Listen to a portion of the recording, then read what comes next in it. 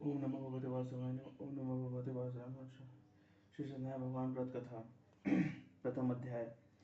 पावन देश में नमः शरण में किसी समय एकत्र हुए आर्यावर्त के 88 महर्षियों ने मुनिश्री शेष से पूछा, हे मुनिशेष, कलयुग में मनुष्य वेद विधान धर्म विरुद्ध आचरण करते हुए पापों की गठरी के बोझ से बताया जा रहा है। अतः हे मुनिशेष, मनुष्य कल्याण हेतु ऐसा कोई उपाय बताए जिससे मनुष्य को पुण्य लाभ हो, उसके जीवन की मनोकामनाएं पूरी हों। तब से सूर्य जी ने कहा, हे ऋषियों, आपने विश्व कल्याण के लिए बहुत अच्छा प्रश्न किया है। अब मैं उस मंगलकारी व्रत का वर्णन करूंगा जिसके संबंध में एक ब्रह्मर्षि नारद जी ने भी भगवान लक्ष्मी नारायण से पूछा था। उन्होंने नारद जी से जो कथा कही थी, आप भी उससे चिंता मुक्त होकर सुने। ब्रह्मर्षि नारद जी मानव कल्याण की इच्छा से विभिन्न लोगों को भ्रमण करते हुए पृथ्वी लोक में पहुंचे। वहां अपने अपने कर्मों के अनुसार लोगों के दुखों से पीड़ित देखकर नारद जी बहुत व्यथित हुए और मन में विचार करने लगे कि इन प्राणियों के दुख का निवारण कैसे होगा। जब वह कोई उपाय न सोच सके तो तीनों लोगों के स्वामी श्री विष्णु भगवान के सामने उपस्थित हुए। वहां नारद जी ने श्वेत वर्ण चार भुजा वाले शंख चक्र गदा और पद्म से सुजित देव को इस विष्णु भगवान की स्तुति करते हुए कहा, हे नारायण, आप सर्वशक्तिमान है, सृष्टि का पालन करता है। मनुष्य का मन और वाणी भी आपके गुणों का वर्णन नहीं कर सकता। आप सर्वश्रेष्ठ एवं सर्वोपरि हैं। आपका कोई आदि मध्य और अंत नहीं है। आप सृष्टि के कण कण में विद्यमान हैं और अपने भक्तों की मनोकामनाएं पूरी करने वाले हैं। मैं आपको नमस्कार करता हूँ। नारद जी की इस प्रकार की स्तुति सुनकर विष्णु भगवान मुस्कुराते हुए बोले, हे मुनिवर, कृपया निसंकोच होकर अपने आने का कारण बताइए। तब नारद जी ने कहा, पृथ्वी लोक पर जन्म लेने वाले मानव अपने अपने कर्मों के अनुसार विभिन्न योनियों में रहते हुए अनेक दुखों से पीड़ित हो रहे हैं। हे त्रिलोकी नाथ, मुझ पर कृपा करते हुए ऐसा कोई उपाय बताइए जिससे उनका दुख नष्ट हो सके, वे सुख संपत्ति का भोग करते हुए मोक्ष को प्राप्त करें। सृष्टि के पालक विष्णु भगवान ने कहा, हे नारद, मैं ऐसे व्रत का वर्णन करने जा रहा हूँ जिसे करने से विश्व के सभी स्त्री पुरुषों के पापों से मुक्ति मिलेगी, निर्धनता नष्ट होगी, सुख संपत्ति के समुद्र में तैरता हुआ आनंद पूर्ण जीवन यापन करेगा। श्री सत्यनारायण भगवान के इस व्रत को करने से उसकी सभी मनोकामनाएं पूरी होंगी। कलयुग में मोक्ष प्राप्ति का यही एकमात्र उपाय है। नारद जी ने जब व्रत हेतु विधि विधान की जानकारी चाहिए तो श्री नारायण बोले, मनसा वाचा कर्मणा से शुद्ध होकर मनुष्य भक्ति एवं श्रद्धा भाव से किसी भी दिन यह व्रत कर सकता है। नैवेद्य आदि भक्ति भाव से अर्पित कर ब्राह्मणों को भोजन कराए एवं दक्षिणा दे। इस प्रकार से सत्यनारायण भगवान की आराधना करने से सभी कष्टों से मुक्ति पाकर वह धन संपत्ति में सुखी होकर आनंद पूर्ण जीवन व्यतीत करता रहता है। प्रथम अध्याय समाप्त।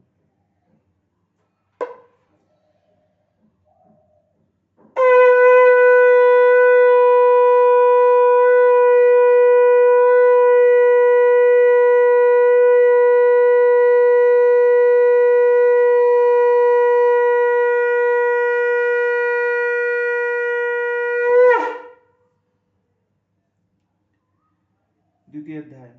श्री सूर्य जी बोले, हे ऋषि मुनियों, अब मैं आप सबको उस निर्धन ब्राह्मण की कथा सुना रहा हूँ जिसने श्री सत्यनारायण भगवान का व्रत सबसे पहले किया। श्री सत्यनारायण भगवान का व्रत करने से उस ब्राह्मण की चिंता दूर होने के साथ साथ सभी कष्टों का निवारण हुआ। प्राचीन समय निर्धन ब्राह्मण देवों के प्रिय नगरी काशी में रहता था। बच्चा मांगकर वह किसी तरह अपना जीवन यापन कर रहा था।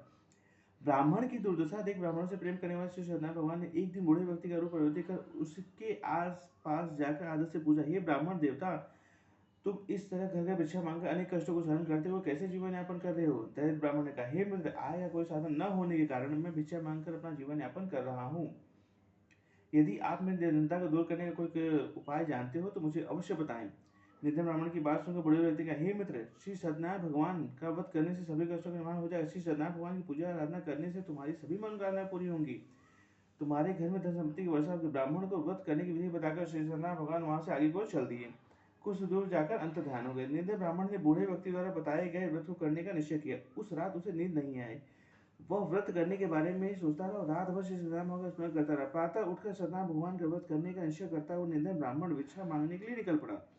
उस दिन ब्राह्मण को भिक्षा बहुत धन मिला। घर लौटकर उसने अपने आसपास लोगों से श्री सत्यनारायण भगवान की पूजा करने एवं उनसे व्रत कथा सुनने के बाद सभी को प्रसाद बांटकर स्वयं भी प्रसाद ग्रहण किया। कुछ ही दिनों में ब्राह्मण की चिंता दूर हो गई। उसे घर में धनदान की वर्षा होने लगी। अब ब्राह्मण ने हर महीने श्री सत्यनारायण भगवान का व्रत करने का निश्चय किया। हे श्रेष्ठ मुनियों, अब मैं आपको उन लोगों की कथा सुनाता हूँ जिन्होंने उस ब्राह्मण से श्री सत्यनारायण भगवान की व्रत कथा सुनकर यह व्रत किया और उनके कुष्ठ दूर हुए। धन संपत्ति से संपन्न उस ब्राह्मण ने हर माह नियमित रूप से व्रत करते हुए अगले माह श्री सत्यनारायण भगवान का व्रत किया तो उस व्रत में उसे बहुत से बंधु बांधव मित्र सम्मिलित हुए। उसी समय जंगल से लकड़ियां काटकर लाने वाला एक बूढ़ा लकड़हारा वहां से गुजर रहा था। उसे बड़ी तीव्र प्यास लगी थी। अतः जल पीने की इच्छा से बूढ़े लकड़हारे ने लकड़ियों को गट्ठर जमीन पर रखा और घर के आंगन में पहुंचकर उस ब्राह्मण से पूछा, हे ब्राह्मण देवता, आप किसका पूजन कर रहे हैं? इस व्रत करने से क्या लाभ होता है? कृपया कर मुझे सब बताइए। बूढ़े लकड़हारे की बात सुनकर उस ब्राह्मण ने कहा, मैं अपने बंधु बांधव और परिचितों के साथ श्री सत्यनारायण भगवान की पूजा कर रहा हूँ। इस व्रत को करने से सत्यनारायण भगवान की कृपा से निर्धनता नष्ट होती है और संसार के दुखों से मुक्ति मिलती है। ब्राह्मण से श्री सत्यनारायण भगवान के व्रत का वर्णन सुनकर बूढ़ा लकड़हारा बहुत प्रसन्न हुआ और मन ही मन सत्यनारायण भगवान का व्रत करने का निश्चय कर लिया। चलते हुए लकड़हारे ने मन में सोचा, आज लकड़ियां बेचने से जो धन मिलेगा, उस धन से मैं श्री सत्यनारायण भगवान की पूजा अवश्य करूंगा। ऐसा विचार करने से उस दिन लकड़हारे को लकड़ियों के रूप में अधिक रुपए मिले। लकड़हारे ने उन रुपयों से केले, घी, दूध, दही, गेहूं का आटा और शक्कर खरीदा। घर लौटकर लकड़हारे ने देव के प्रिय काशी नगरी में श्री सत्यनारायण भगवान की पूजा की। उस पूजा से उसके परिवार व आसपास के लोग भी समृद्ध हुए। श्री सत्यनारायण भगवान की पूजा व्रत कथा सुनने के बाद लकड़हारे ने प्रसाद बांटकर स्वयं भी प्रसाद ग्रहण किया। सत्यनारायण भगवान के अनुकंपा से लकड़हारे घर में धन धान की वर्षा होने लगी। उसकी निर्धनता दूर हो गई। श्री सत्यनारायण भगवान की पूजा करते हुए लकड़हारा आनंदपूर्ण जीवन यापन करता रहा। अंत में मोक्ष को प्राप्त कर वैकुंठ धाम को चला गया। द्वितीय अध्याय समापन।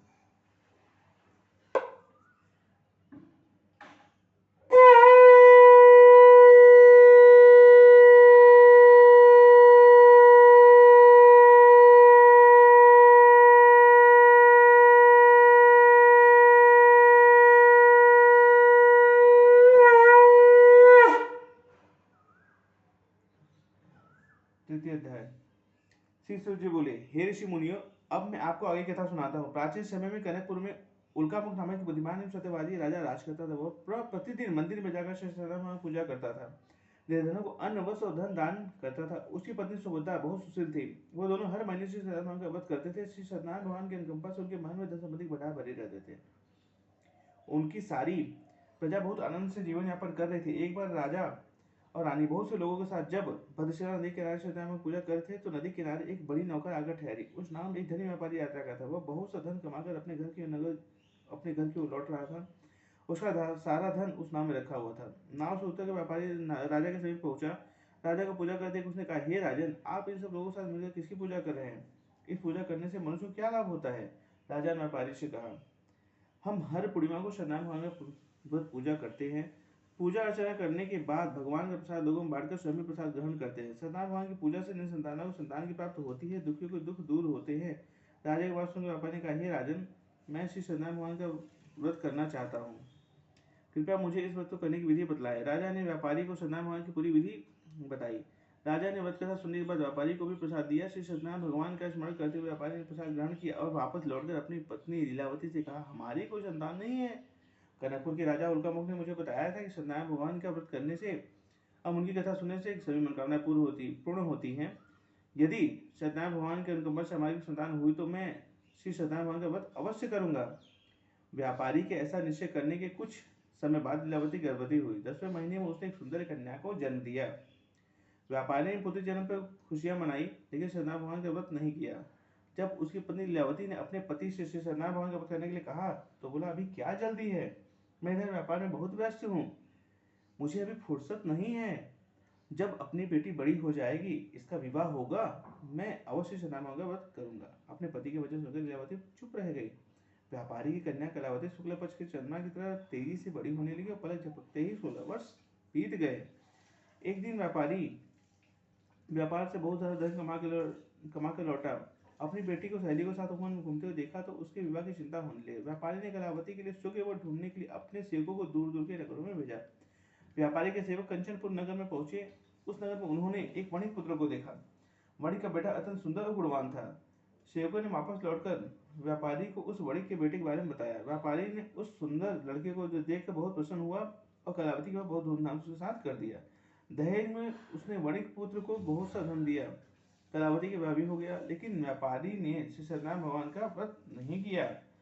लीलावती ने अपने पति से कहा, हे नाथ, आपने कलावती के विवाह पर श्री सत्यनारायण भगवान का व्रत करने का निश्चय किया था, अब तो आपको अवश्य ही कर लेना चाहिए। व्यापारी व्यापार से लौटने पर सत्यनारायण भगवान को पूजा अवश्य करूंगा ऐसा कहकर आगे चल दिया। व्यापारी कई नावों में सामान भरा अपने दामाद और सेवकों के साथ व्यापार के लिए निकल पड़ा। उस व्यापारी द्वारा बार बार व्रत न किए जाने के कारण सत्यनारायण भगवान क्रोधित हो गए और उन्हें दंड देने का निश्चय किया। व्यापारी अपने दामाद और सेवकों के साथ रत्नपुर में पहुंचकर व्यापार करने लगे। एक दिन कुछ चोर महल में चोरी के सामान लेके भाग रहे थे। सैनिक उनका पीछा कर रहे थे। भागते हुए चोरों ने सैनिकों से बचने के लिए चोरी का धन अवसर पाकर व्यापारी के नाव में छुपा दिया। खाली हाथ चोर आराम से भाग निकले। चोरी का पीछा करता हुआ सैनिक व्यापारी के पास पहुंचे। उन्होंने व्यापारी के नाव की तलाशी ली और उसमें चोरी का सारा सामान प्राप्त किया। तब सैनिक व्यापारी उसके दामाद को बंदी बनाकर राजा के पास ले गए। राजा ने उन दोनों को बंदगी में डाल दिया और उनका सारा धन भी ले लिया। श्री सत्यनारायण भगवान के प्रकोप से उधर लीलावती पर भी मुसीबतों का पहाड़ टूट पड़ा। उनके घर में चोरी हो गई और चोर सारा धन चुरा कर ले गए। घर में खाने के लिए अन्न भी नहीं बचा। भूख प्यास से व्याकुल होकर व्यापारी की बेटी कलावती एक ब्राह्मण के घर गई। उस ब्राह्मण के घर में श्री सत्यनारायण भगवान की व्रत कथा हो रही थी। उसने भी वहां बैठकर व्रत कथा सुनी और प्रसाद लिया। घर लौटकर कलावती ने अपनी माँ लीलावती को सारी बात बताई। कलावती से श्री सत्यनारायण भगवान की व्रत कथा की बात सुनकर लीलावती ने व्रत करने का निश्चय किया। अगले दिन लीलावती ने अपने परिवार और आसपास के लोगों के साथ श्री सत्यनारायण की पूजा की। पूजा के बाद सबको प्रसाद बांटकर स्वयं भी प्रसाद ग्रहण किया। लीलावती ने अपने पति और दामाद के घर लौट आने की मनोकामना से श्री सत्यनारायण भगवान का व्रत किया था। लीलावती के विधि पूर्वक व्रत करने एवं प्रसाद ग्रहण करने से सत्यनारायण भगवान ने प्रसन्न होकर उनकी मनोकामना पूरी की। उन्होंने राजा चंद्रकेतु को स्वप्न में दर्शन देकर कहा, हे राजन, व्यापारी और उसका दामाद बिल्कुल निर्दोष है। सुबह उठते ही उन दोनों को मुक्त कर दीजिए। उन दोनों का सारा धन भी वापस लौटा दीजिए। यदि तुमने ऐसा नहीं किया तो तुम्हारा सारा धन वैभव नष्ट हो जाएगा। इतना कहकर श्री सत्यनारायण भगवान अंतर्धान हो गए। प्रातः होते ही राजा चंद्रकेतु ने अपने मंत्री और राजवंशियों को साथ के स्वप्न की बात बताई। तो सबने व्यापारी और उसके दामाद को छोड़ देने के लिए कहा। उनका सारा धन भी वापस कर दिया। इस प्रकार से सत्यनारायण के कृपा से व्यापारी और उसके दामाद दोनों खुशी खुशी अपना नगर पर चल दिए। तृतीय अध्याय समाप्त।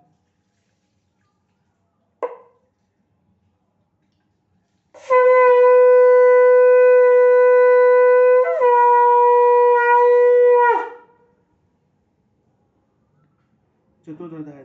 श्री सूत जी बोले, उस व्यापारी ने अपने दामाद के साथ शुभ मुहूर्त में नावों द्वारा रत्नसारपुर से प्रस्थान किया। लंबी यात्रा करने के बाद व्यापारी ने एक नगर के किनारे नाव को रोककर भोजन किया। फिर दोनों विश्राम करने लगे। तभी सत्यनारायण भगवान साधु के रूप में व्यापारी के पास पहुंचे। पूछा, हे बड़े, तेरी नाव में क्या सामान लाता? व्यापारी ने मन ही मन सोचा, यह साधु अवश्य कुछ मांगने की इच्छा से पूछ रहा है। यह सोचकर व्यापारी ने झूठ बोला, हे दंडी स्वामी, मेरी नाव में बेलपत्र भरे हुए हैं। व्यापारी के झूठे वचन सुनकर सत्यनारायण भगवान ने कुछ तो कहा, हे वैश्य, तुमने जो कहा वो सत्य हो। इतना कर सत्यनारायण भगवान ने कुछ दूर जाकर अंतर्धान हो गए। उधर व्यापारी दंडी साधु को वहां से खाली हाथ लौटकर बहुत प्रसन्न हुआ। लेकिन जब व्यापारी अपनी नाव के पास पहुंचा तो उसने देखा कि नावें जल में ऊपर आ चुकी थी, मतलब हल्की हो गई थी, और नावों में बेलपत्र भरे हुए थे। वह जोर जोर से विलाप करने लगा और मन ही मन अपने झूठे वचन बोलने पर प्रायश्चित करने लगा। रोते हुए व्यापारी मूर्छित हो गया और कुछ देर बाद जब उसकी समस्या नष्ट हुई तो वो फिर से विलाप करने लगा।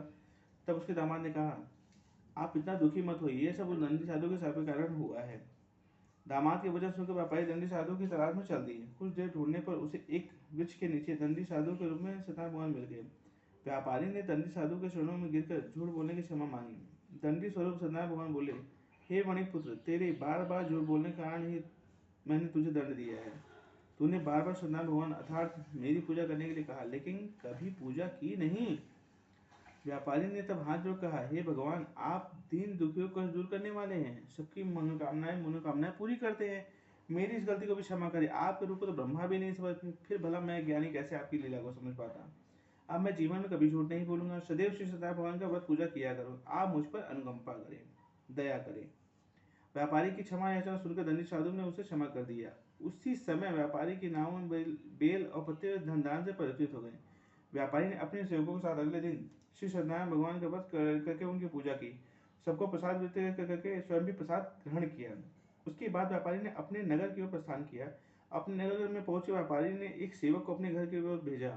सेवक ने घर पहुंचकर लीलावती को सूचित किया। उस समय लीलावती और कलावती दोनों ही सत्यनारायण भगवान की पूजा कर रहे थे। पति और दामाद के लौट आने का समाचार सुनकर लीलावती ने पूजा पूरी करके प्रसाद ग्रहण करने के बाद कलावती से कहा, बेटी, मैं नदी किनारे जा रही हूँ, तू घर का पूरा काम करके आ जाना। कहकर लीलावती नदी को चल पड़ी। परंतु कलावती पति से मिलने की खुशी में प्रसाद ग्रहण किए बिना ही घर से निकलकर नदी किनारे जा पहुंची। उसे प्रसाद ग्रहण न करने के कारण सत्यनारायण भगवान क्रोधित हो उठे। उन्होंने व्यापारी की नाव को नदी में डुबो दिया। अपने पति को वहां न देख कलावती जोर जोर से विलाप करने लगी। तब व्यापारी ने कहा, पुत्री, अवश्य तुझसे कोई भूल हुई है। उस भूल के कारण से सत्यनारायण भगवान ने तुझे दंड दिया है। तब व्यापारी ने सत्यनारायण भगवान से प्रार्थना की, हे भगवान, मेरे परिवार में स्त्री पुरुष से किसी से कोई भूल हुई हो तो उसे अवश्य क्षमा कर दे। तभी आकाशवाणी हुई, हे वणिक पुत्र, तेरी पुत्री पूजा के पश्चात प्रसाद ग्रहण किए बिना ही चली आई है। वो घर जाके प्रसाद करे, सब कुछ फिर से सामान्य हो जाएगा। घर लौट कर व्यापार सामान्य हो जाएगा और उसे उसके पति के दर्शन होंगे। डूबी हुई नाव भी जल के ऊपर आ जाएंगी। कलावती ने वैसा ही किया। उसे प्रसाद ग्रहण करके वापस लौटने के बाद नावे जल के ऊपर आ गए। दामाद भी सुरक्षित नदी से निकल आया। घर लौटकर व्यापारी ने अपने परिवार और बंधु बांधव से मिलकर विधि अनुसार श्री सत्यनारायण भगवान की पूजा की। उसकी सभी मंगल कामनाएं पूरी हुई। वह आनंद पूर्वक जीवन यापन करता हुआ विष्णु लोक को चला गया। चतुर्थ अध्याय समाप्त।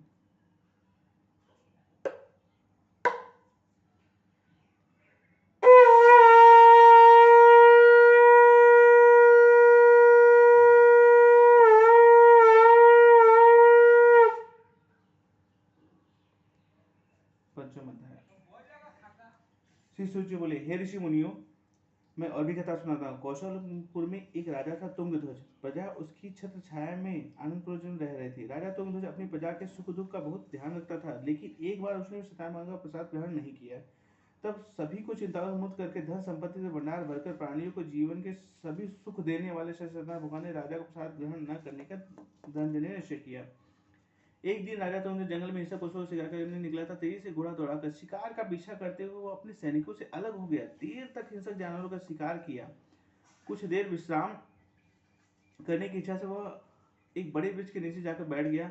समीप ही कुछ चरवाहे से सत्यनारायण भगवान पूजा कर रहे थे। राजा ने उनके पास गुजरते हुए सत्यनारायण भगवान को नमस्कार नहीं किया था। चरवाहों ने राजा को पूजा के बाद प्रसाद दिया तो राजा ने उन्हें छोटे लोग समझकर प्रसाद ग्रहण नहीं किया और घोड़े पर सवार हो अपने नगर को चल दिया। राजा जब नगर में पहुंचा तो देखा कि उसका सारा वैभव और धन संपत्ति आदि नष्ट हो गए थे। श्री सत्यनारायण के प्रभाव से राजा निधन हो गया। तब राज जोशियों ने राजा से कहा, महाराज, आपसे अवश्य कोई भूल है। अगर आप उस भूल का प्रायश्चित कर ले, सब कुछ पहले जैसा हो जाएगा। राजा को तुरंत अपनी भूल का स्मरण हो आया। अतः मंदिर में जाकर राजा ने श्री सत्यनारायण भगवान से क्षमा मांगी, उनकी पूजा की। पूजा के बाद प्रसाद ग्रहण करने से सत्यनारायण भगवान के उनके ऊपर से चमत्कार हुआ। राजा खोए हुए पुनः लौट आया। श्री सत्यनारायण भगवान के अनुकंपा से जीवन के सभी सुखों का भोग करते हुए अंत में राजा तुंगध्वज वैकुंठ धाम को गया और मोक्ष को प्राप्त किया। श्री सत्यनारायण भगवान के व्रत पूजा को जो भी मनुष्य करता है, उनके सभी दुख चिंताएं नष्ट होती है। उनके घर में धन के भंडार भरे रहते हैं। जिन संतानों को संतान की प्राप्ति होती है और सभी मनोकामनाओं को प्राप्त कर मनुष्य अंतिम मोक्ष प्राप्त कर सीधे वैकुंठ धाम को जाता है। श्री सूर्य के कुछ पल रुककर, हे श्रेष्ठ मुनियों, श्री सूर्य ने कुछ पल रुककर कहा, हे श्रेष्ठ मुनियों, श्री सत्यनारायण भगवान के व्रत को पूर्व जन्म में जिन लोगों ने किया, उसे दूसरे जन्म में सभी तरह के सुख प्राप्त हुए। वृद्ध सतानंद ब्राह्मण ने पूर्व जन्म में सत्यनारायण का विधिवत व्रत किया तो दूसरे जन्म में सुदामा के रूप में भगवान की पूजा करते हुए अंत में उसको प्राप्त किया और वैकुंठ धाम को चला गया। उल्कामुख राजा अगले जन्म में राजा दशरथ के रूप में मोक्ष को प्राप्त कर वैकुंठ धाम को गए। व्यापारी ने मोरध्वज के रूप में जन्म लिया, अपने पुत्र को आगे से चीरकर भगवान के अनुकंपा से वैकुंठ को प्राप्त किया।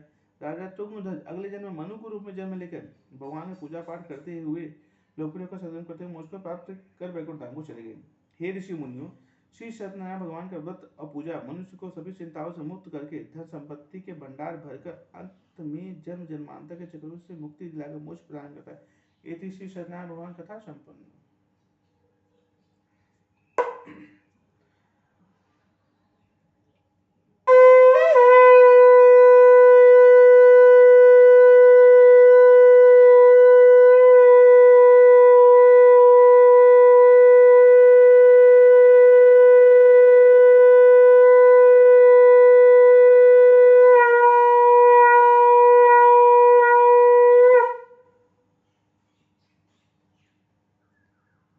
ओम नमः भगवते वासुदेवाय नमः।